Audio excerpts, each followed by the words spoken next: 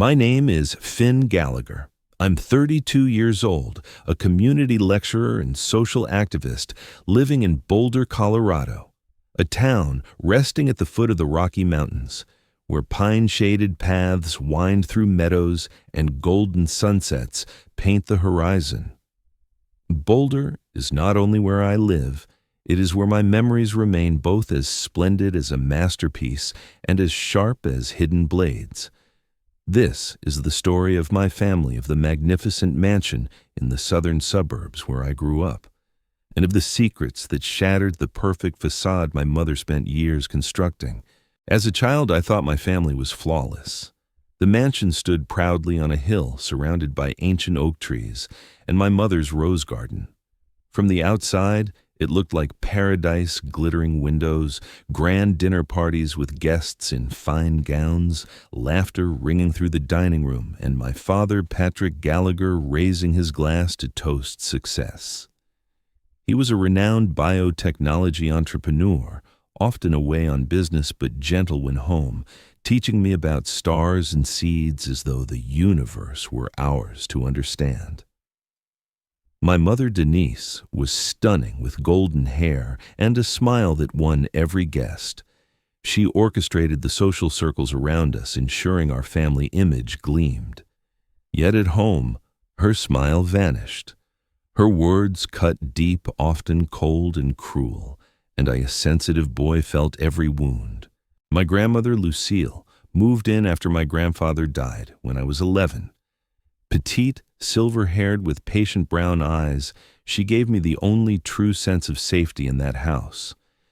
She never raised her voice, and her presence was quiet strength, but my mother treated her with contempt, dismissing her as a burden. I overheard venomous remarks that made my heart ache, but my grandmother bore them silently as though peace was her responsibility. The housekeeper, Julieta Morales, a kind woman from Mexico, became another source of comfort. She baked cookies, told me stories, and offered gentle words of wisdom I would only later grasp. Our mansion was less a home than a stage. My mother was the director, my father the absent provider, my grandmother the silent victim, and I the child actor too young to resist. My father's heart condition kept him weary, and though he smiled through it, I knew his health was fragile. My mother pressed him about drafting a will, her tone sharp beneath the surface of sweetness. I didn't understand it then, but even as a boy, I sensed her hunger for control. My grandmother once whispered that cleverness could become dangerous if twisted, and her words left me uneasy. Cracks began to appear in the perfect picture. I saw my father exhausted after long trips, clutching his chest in solitude, while my mother's eyes glittered with calculation. I heard her brag over the phone that Patrick had finally signed the will, leaving everything to us. I didn't know what it meant, only that her laughter sent chills through me. My grandmother, who never interfered, looked at me once with sorrow and whispered that not everything was as it seemed. The blow came when I was 15. My father died suddenly of a heart attack on a cold October morning. I was pulled from class to return home, where the ambulance waited outside the mansion. My mother's pale face held no tears when she told me he was gone, but my grandmother wept silently in the corner. I knelt beside my father's body, clutching his hand, begging him not to leave. His funeral days later was grand and filled with powerful guests, but my mother remained composed, her grief hidden behind a mask. My grandmother, frail and broken, leaned on me for strength. After his death, the atmosphere in the mansion changed. My mother dropped the mask of sweetness and became openly domineering. She mocked my grandmother, questioned her place in the house, and filled the study with whispers of bank accounts and assets. Julieta, still steady, told me quietly to keep my heart strong, though I didn't understand why. My grandmother, too, warned me to be careful. I began to wonder if my father had left behind more than just memories. The mansion grew colder each day, no longer a stage for pretense, but a battlefield where my mother's hunger for power would collide with truths still hidden in the shadows. In the weeks after my father's funeral, the mansion felt like a shell of itself. My mother no longer pretended to play the grieving widow. Instead, she immersed herself in paperwork, shuffling through bank accounts, calling strangers on the phone, and repeating the same word with unsettling delight: inheritance. She spoke of wills and assets, as if my father's death were less a tragedy than an opportunity. My grandmother kept to herself, though I often caught her staring at old family photos, her eyes glistening with grief. One evening, she squeezed my hand and whispered that I should be careful because not everything in the house was as it seemed. Her words echoed in me like a secret I wasn't ready to uncover. It wasn't long before my mother revealed her true intentions. A man appeared in our home only weeks after the funeral. His name was Reed Donovan, younger than her, with slick hair and a smug smile. He moved through the mansion as if he owned it, sitting in my father's chair, drinking from his crystal glasses, laughing loudly in the evenings as if the house had already forgotten the man who built it. My mother introduced him as a friend, but the way she gazed at him with infatuation told me otherwise. My grandmother was the first to object. One night, as Reed rested his hand on my mother's shoulder, she rose from her chair and told her calmly that bringing another man into the house so soon was disrespectful to Patrick's memory. My mother laughed bitterly and mocked her, calling her a guest who had no right to speak. Reed smirked, adding cruelly that the old woman should know her place. I sat in silence, paralyzed with fear and anger, ashamed that I lacked the courage to defend the only person who had ever truly protected me. From then on, my mother's cruelty toward my grandmother became shameless. She insulted her openly, calling her a burden, a useless old woman, a leech. My grandmother bore the abuse with patience, carrying on with her quiet tasks in the garden and kitchen, but I saw how her eyes dimmed. I wanted to stand up for her, but my mother's piercing gaze kept me frozen in place. I lived with the guilt of silence, trapped between fear and love. One bitter winter morning, the conflict reached its breaking point. Snow fell thick outside, covering the hill where our mansion stood. My mother summoned my grandmother to the living room, her voice cutting through the stillness of the house. I listened from the hallway, my heart pounding. She told my grandmother it was time to leave, that she had endured her presence long enough. My grandmother stood firm, reminding her that Patrick had wanted her to stay to care for me. My mother's laugh was sharp and cruel. "Patrick is dead," she said. She declared the house hers alone and ordered my grandmother to leave that very day, her belongings already packed in a suitcase by the door. I couldn't stay silent anymore. I ran into the room, begging my mother not to send her away. My grandmother had done nothing wrong. I cried. This was our father's house. But my mother's hand clamped around my arm, her grip painful as she ordered me to be silent. My grandmother, with tears in her eyes, told me not to fight, that I must take care of myself. Then, with her small suitcase in hand, she stepped out into the snow. I watched her fragile figure vanish into the cold wind, powerless to stop it. My mother turned to Reed with a triumphant smile and whispered that the house was finally theirs. That night I cried until my chest ached. Julietta, our housekeeper, knocked softly on my door and entered with a mug of hot chocolate. She sat beside me, her eyes full of compassion. She reminded me that my grandmother was strong, that she would be all right, and that I too must be strong. Her words gave me a fragile thread of hope to hold on to. Days passed and my mother grew bolder.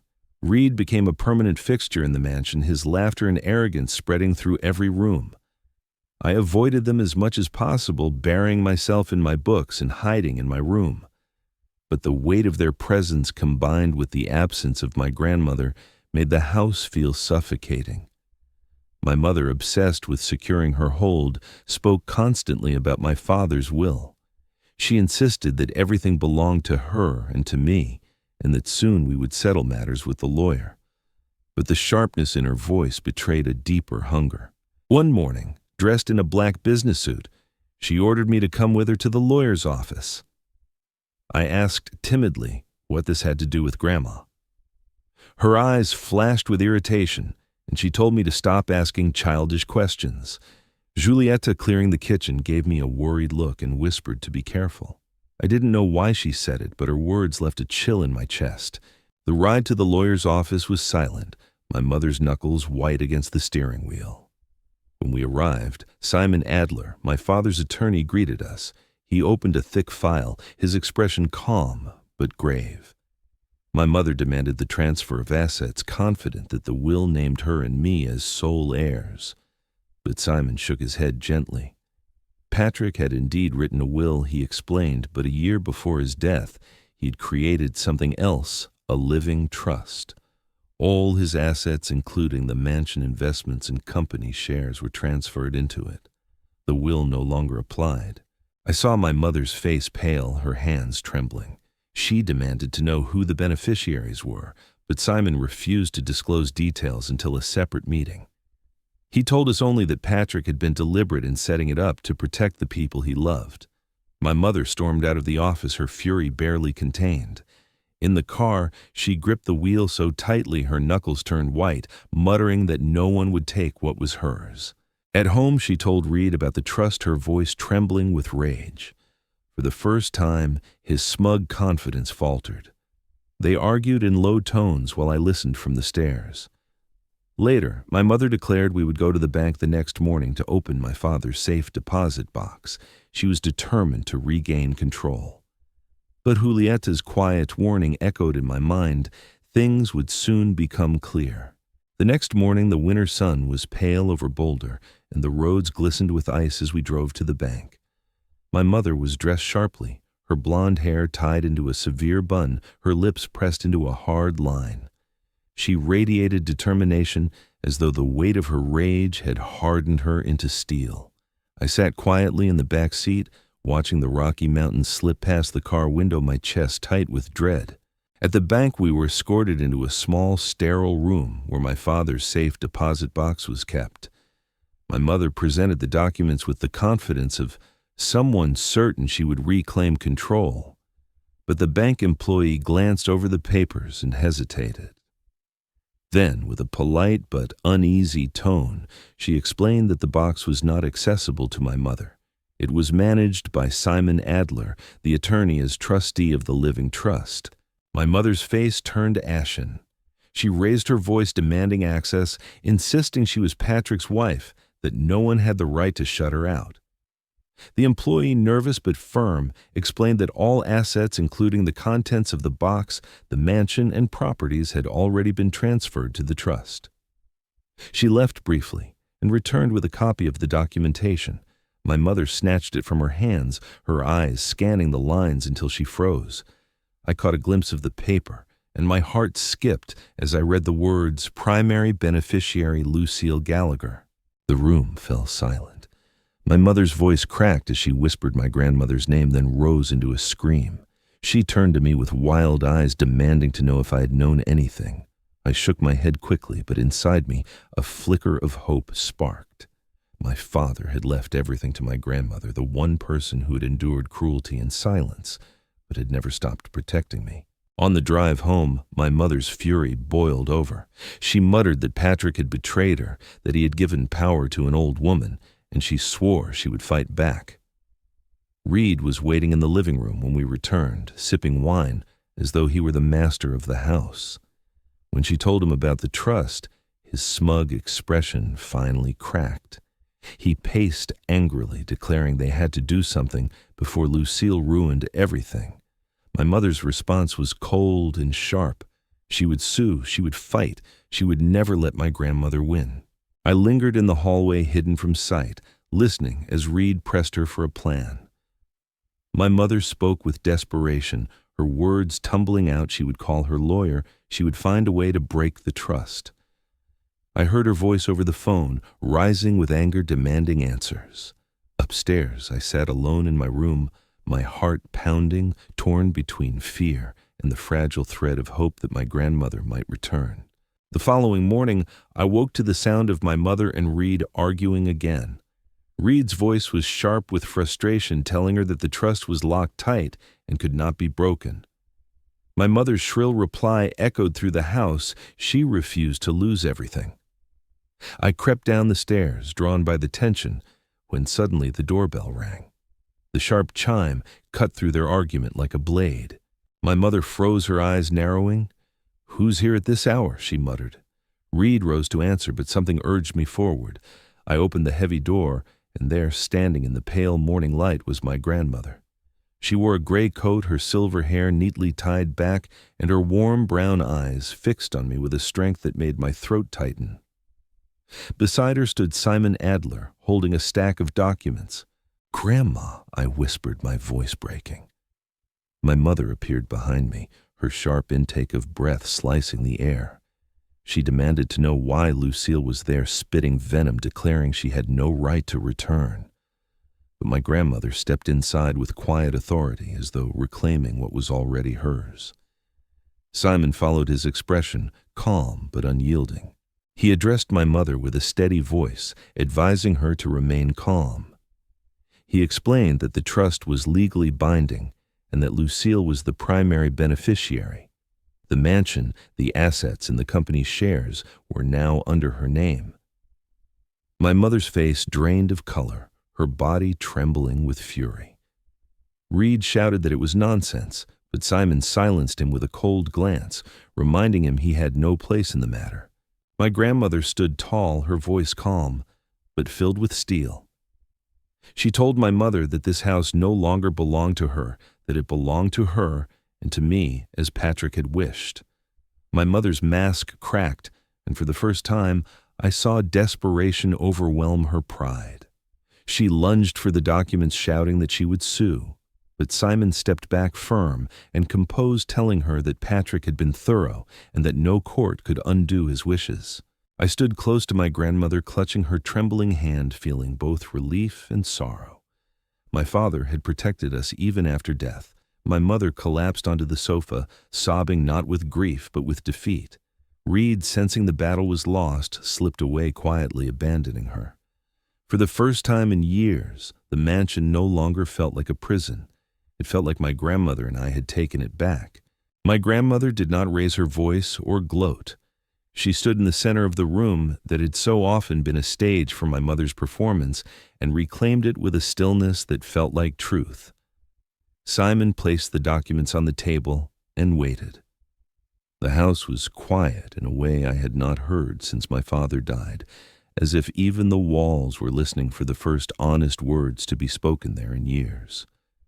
My mother stared at the papers with hands that would not stop trembling, and I remembered all the times she had directed our lives with icy certainty. That certainty drained from her, now leaving behind a hollow exhaustion that made her look small. I understood then that some battles end not in noise, but in the weight of what can no longer be denied. My grandmother said she would not allow our home to turn into a courtroom and our grief into a spectacle. She would choose resolution over vengeance, because Patrick had taught her that love without wisdom becomes a weapon. She offered my mother a clean break, a single transfer of $500,000 on the condition that she leave the mansion that day and relinquish any claim to it thereafter. She added what she knew would matter most to me and perhaps cut deepest for my mother: I would remain with her. No more games, no more threats, no more pretending that cruelty was discipline and control was love. Simon slid the agreement across the table and explained that this was mercy, not surrender. The trust could stand on its own in any court, but the cost of a legal siege would only deepen wounds that had already taken so much from us. My mother said nothing at first. She had always spoken from above others, and now she seemed to be searching for a voice at eye level, one that could say something real. Reed was already gone, swept away by the first strong wind of consequence, and the silence of his absence said everything about the kind of man he had always been. My mother's breath grew ragged. I felt no triumph, only a tired compassion I did not expect to feel, because despite everything I remembered, her taking my hand on stage-like nights and telling me to smile for the guests as if a performance could keep us safe from the truth. When she finally signed, the pen scraped softly against the paper, and I realized that the sound of a life-changing course is not always thunder. Sometimes it is only ink and a steady hand nearby to witness it. She packed quickly, not with the efficiency of a planner, but with the urgency of someone who knows that if she lingers, she will begin to look back. I did not chase her or plead with her, and my grandmother did not look away. We stood together in the foyer where so many masks had been put on and taken off, and watched my mother walk to the door. She paused as if a part of her expected the house to call her back by name. The house said nothing. She stepped out, and the latch clicked behind her like a final line spoken from a script that had run too long. The quiet that followed was not empty. It was clean. Julieta emerged from the kitchen with eyes shining not with victory but with relief, and she touched my shoulder in that gentle way of hers that always found the exact place where strength was beginning to grow. The days that followed were strangely simple. Grief became honest again without the distortion of manipulation. My grandmother opened windows and let winter light flood rooms that had been kept dim out of habit. The study that had felt haunted by my father's absence began to smell like the citrus oil she used on the bookshelves and the tea she brewed in the late afternoons. She did not speak badly of my mother. She did not rewrite history to make herself the flawless heroine.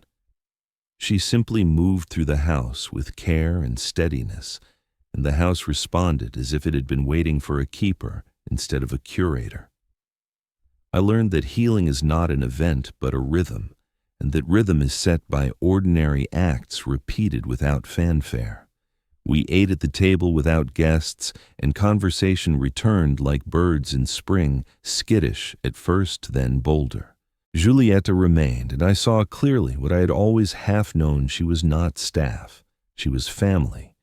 She kept my father's stories alive by recalling details I would have missed: the way he lined up pens on his desk when he was thinking, the way he hummed quietly before difficult calls, the way he paused, hand over his heart, when he walked past my grandmother in the hall, as if to thank her for being the anchor of the home he could not steady alone. At night I lay awake, listening for the sounds that used to frighten me, the muffled arguments and the sudden silences. They did not return. In their place were softer sounds: the creak of the stair when my grandmother climbed to check the windows, the faint clink of dishes as Julieta set a cup beside the sink for me to find in the morning, the sigh of the house settling as if it too was finally exhaling. School felt different because I was different. The fear that had followed me like a stray shadow lost interest when it realized it had nowhere left to hide. I studied harder not to escape, but to build, and the future stopped being a distant shoreline and became a map I could start to draw. My grandmother never lectured me about resilience. She lived it at a volume I could not ignore. When I worried aloud about money as college approached, she reminded me that my father had arranged things carefully, not to keep us comfortable, but to keep us free. Freedom, she said, is not the absence of limits. It is the presence of purpose. The Living Trust did more than secure assets. It corrected the tilt of our home. Simon visited to review next steps with a patience I came to appreciate, the way one appreciates a light left on in a hallway during storm season. He explained what could be distributed, now what would remain held for the future, and how my father's provisions would ensure that no single desire, including my own, could turn into a ruinous appetite. It sounded even to my teenage mind like an architecture of love designed to outlast the storms that had already taken so much. I began to understand my father not only as the man I missed, but as the man who had thought past himself. When spring arrived, the roses my mother once arranged for appearances began to bloom for themselves. My grandmother pruned carefully, not to shape them into perfection, but to keep them alive and generous. She let me help placing the shears in my hands and correcting my grip without criticism. The garden, like the house, like my life, taught me to tend rather than to perform. I kept waiting for anger to find me to demand its audience, but it never did. In its absence, I found something sturdier. I found gratitude for the ones who stayed for the truths that survived, and for the quiet force of a love that does not announce itself, and yet remakes everything it touches. On a warm evening near the end of that first year, my grandmother invited me into the study and told me that when I was ready there would be more to know about my father's decisions and the promises he meant to keep even after he was gone. She did not rush me. She only said that the heart is like a house and some rooms should be opened when the light is kind. I understood enough to trust the timing. For the first time since childhood, I slept without waking from the old nightmare of footsteps in the hall. The footsteps I heard now belonged to people who would stop at my door not to listen for weakness, but to make sure I was warm. When I turned 19 after completing my first year of college, my grandmother called me into my father's study. I had avoided that room for years, as though the air still carried his last breath, as though opening the door meant facing a grief I had learned to live beside but not confront. The study smelled of polished wood, faint traces of old cologne and dust that gathered only where no one had dared to touch. My grandmother sat at the desk, a small wooden box before her. Its surface was carved with oak leaf patterns, the kind my father had admired in the garden. She slid it toward me, her eyes filled with both sorrow and pride. She told me it was time to know the truth, that Patrick had left it for me. My hands shook as I untied the ribbon that bound the letters inside. The first one began simply, "Dear Finn, if you're reading this, I am likely no longer with you." His words pulled me back to afternoons when he told me stories about stars and seeds, when he promised adventures that his weary heart could never deliver. He apologized for not being able to stay, but assured me that every choice he had made, including the trust, had been to protect me and my grandmother. He wrote of my mother with painful honesty, acknowledging that she was strong but had lost her way, and that he could not allow her to use that strength to harm those he loved. He trusted Giulietta, who had quietly told him truths he had suspected but could not ignore, and he decided to act. I read page after page, tears streaking my cheeks. My father wrote about values he wanted me to carry: honesty, kindness, and resilience.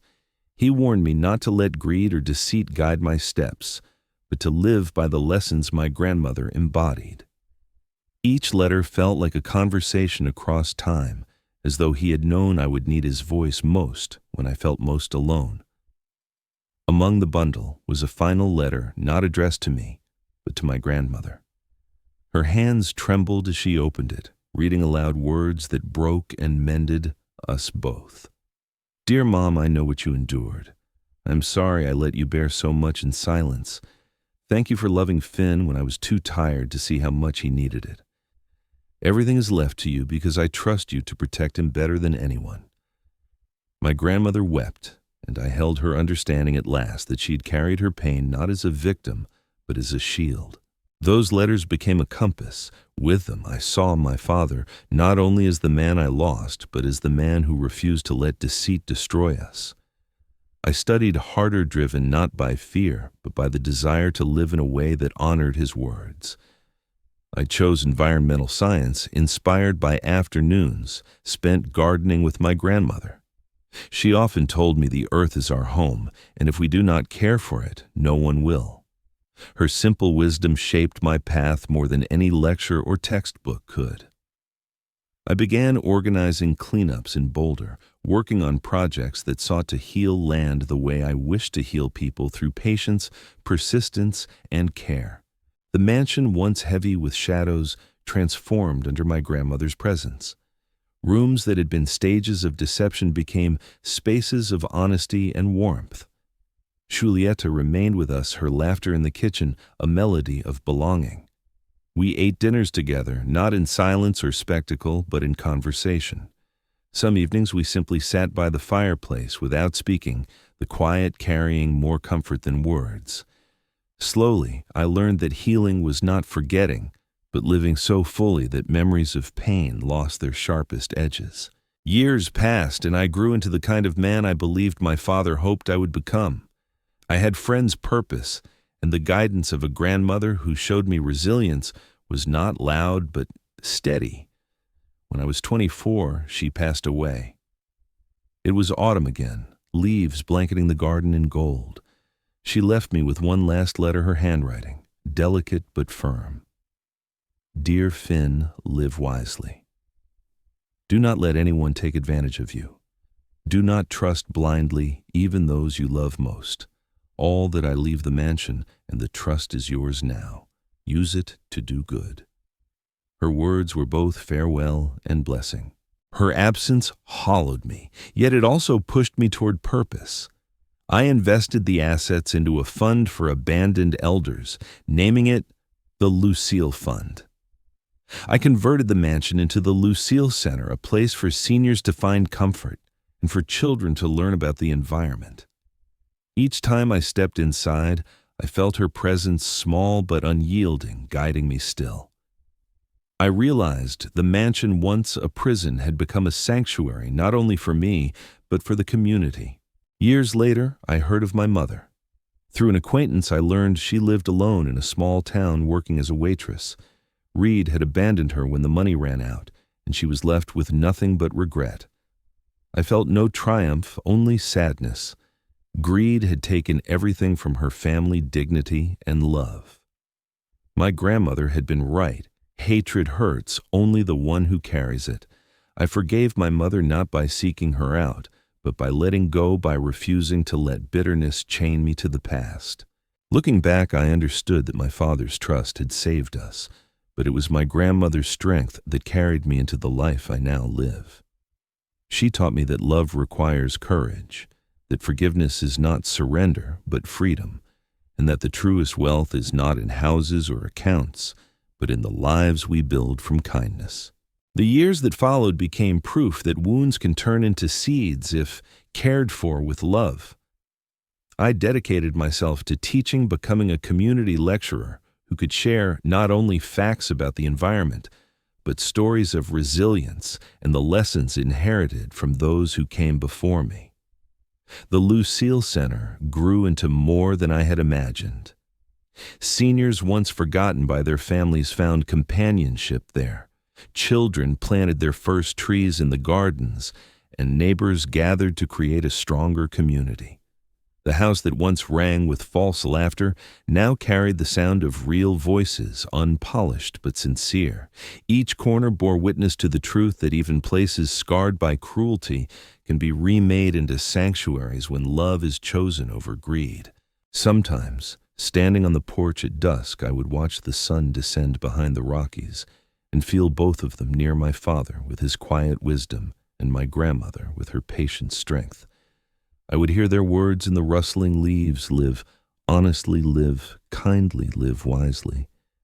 Their presence reminded me that the true legacy they left me was not money or property, but the courage to protect what is good and the strength to forgive without forgetting. When I thought of my mother alone in a small town, I no longer felt anger, only sorrow for the choices that had hollowed her life. Greed had given her nothing lasting, while forgiveness had given me peace. My grandmother once told me that hatred eats away at the heart of the one who carries it, and I finally understood. To forgive was not to excuse, but to release. And in that release I found freedom to love, to build, to honor the sacrifices that had shaped me. I often tell my students that life is not measured by what we accumulate, but by the kindness we leave in others. My father's trust shielded us from harm, but it was my grandmother's faith in love and resilience that gave me direction. From them, I learned that family is not defined by appearances, but by the care we choose to give. And that lesson, more than any fortune, is the true inheritance I carry. If you have listened this far, thank you for sharing in my story. If it moved you, I invite you to like this video, share it with others. Subscribe to the channel and leave a comment with your own reflections. Your voice may be the light someone else needs.